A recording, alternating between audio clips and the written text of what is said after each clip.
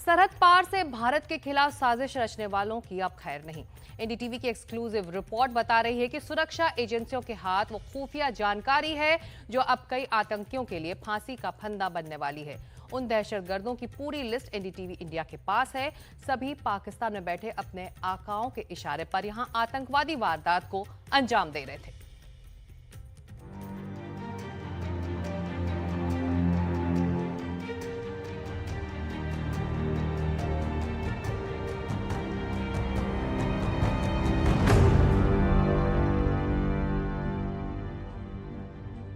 ये सिर्फ चेहरे नहीं, आतंक के वो आका हैं जो सीमा पार बैठकर हिंदुस्तान को लहूलुहान करने की चाल चलते हैं।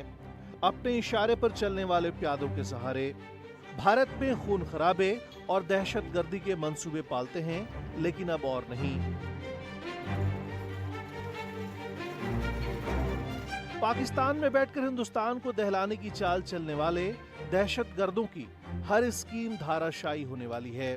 इसकी वजह है सुरक्षा एजेंसियों के हाथ लगा वो खुफिया इनपुट जो इनके प्यादों के गले के लिए फांसी का फंदा बनने वाला है। और जिनके गले पर ये फंदा कसने वाला है, उन 9 दहशतगर्दों की पूरी लिस्ट एनडीटीवी इंडिया के पास है। इस लिस्ट में पहला नाम है एहसान शेख का। जम्मू कश्मीर के पुलवामा के मुरन गांव का रहने वाला एहसान लश्कर तैयबा के लिए काम करता है। ये 24 जून 2023 से आतंकी गतिविधियों में शामिल है। सुरक्षा एजेंसियां इसकी तलाश में जुटी हैं। इस लिस्ट में दूसरा नाम अर्जुमंद गुलजार का है। पुलवामा के खरबतपुर का रहने वाला अर्जुमंद फिलहाल पाकिस्तान में छिपा हुआ है। पाकिस्तान से चलने वाले आतंकी संगठन अल बदर का ये दहशतगर्द 31 जनवरी 2018 से एक्टिव है। 2 दहशतगर्दों के बारे में तो हमने आपको बता दिया, बाकी रह गए 7। और इनके बारे में सबसे खास बात यह है कि ये सभी 7 आतंकवादी जम्मू कश्मीर के एक ही इलाके शोपिया के रहने वाले हैं। इन्हीं में से एक है आबिद रमजान शेख। शोपिया के गांव चोटीपुरा का रहने वाला आबिद पाकिस्तानी आतंकवादी हाफिज सईद के संगठन लश्कर तैयबा का मेंबर है। ये 19 फरवरी 2018 से आतंकी गतिविधियों में शामिल है। भारत के मोस्ट वांटेड आतंकवादियों की लिस्ट में चौथे नंबर पर शाहिद एज कुट्टी का नाम है। आबिद की तरह ये भी शोपिया के गांव चोटीपुरा का रहने वाला है और लश्कर तैयबा के इशारे पर काम करता है। कुट्टी 8 मार्च 2023 से आतंकी गतिविधियों को अंजाम दे रहा है। आबिद और शाहिद जिस शोपिया से ताल्लुक रखते हैं, वहां आतंकवाद का इतिहास रहा है। खुफिया रिपोर्ट्स में शोपिया को आतंकवादियों की भर्ती का हॉटस्पॉट माना जाता है। साल 2019 के पुलवामा हमले में शामिल जैश ए मोहम्मद का आतंकी आदिल अहमद डार भी शोपिया का रहने वाला था। ये तमाम आतंकी पाकिस्तान में आईएसआई की सरपरस्ती में बैठे अपने आकाओं के इशारे पर हिंदुस्तान के अमन में खलल डालने की हसरत पाले रहते हैं, जिसमें ज्यादातर सुरक्षा बलों की गोली का निशाना बन जाते हैं। पाकिस्तानी खुफिया एजेंसी आईएसआई और पाकिस्तानी आतंकवादी संगठनों की हमेशा से ये कोशिश रही है कि वो कश्मीर के युवाओं का ब्रेन वॉश करें और उनको आतंकी घटनाओं को अंजाम दिलवाने के लिए तैयार करें। इससे इन संगठनों का सीधा नुकसान भी नहीं होता और वो अपने मंसूबों में भी कामयाब हो जाते हैं।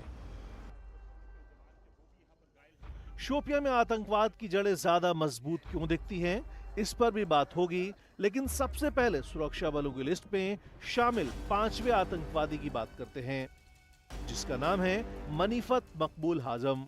शोपिया के गांव चेंगुंड का रहने वाला मनीफत लश्कर तैयबा के इशारे पर खून बहाता है।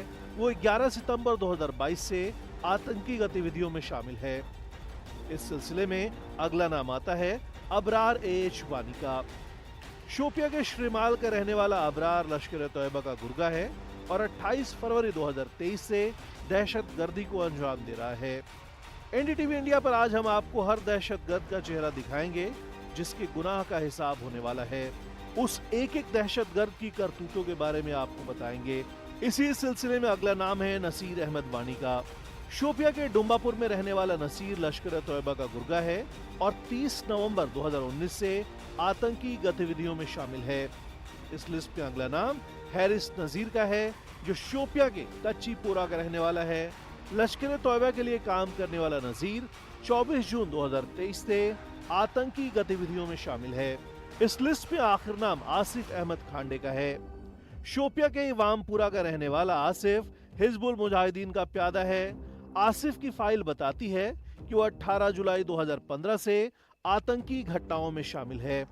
ये घाटी के वो गुनहगार हैं जो लंबे समय से एक्टिव हैं, लेकिन सुरक्षा एजेंसियों की सख्ती के चलते फिलहाल अंडरग्राउंड हैं और अपने आकाओं के आतंकियों के साथ मिलकर जम्मू कश्मीर का माहौल खराब करने की साजिश में लगे हैं।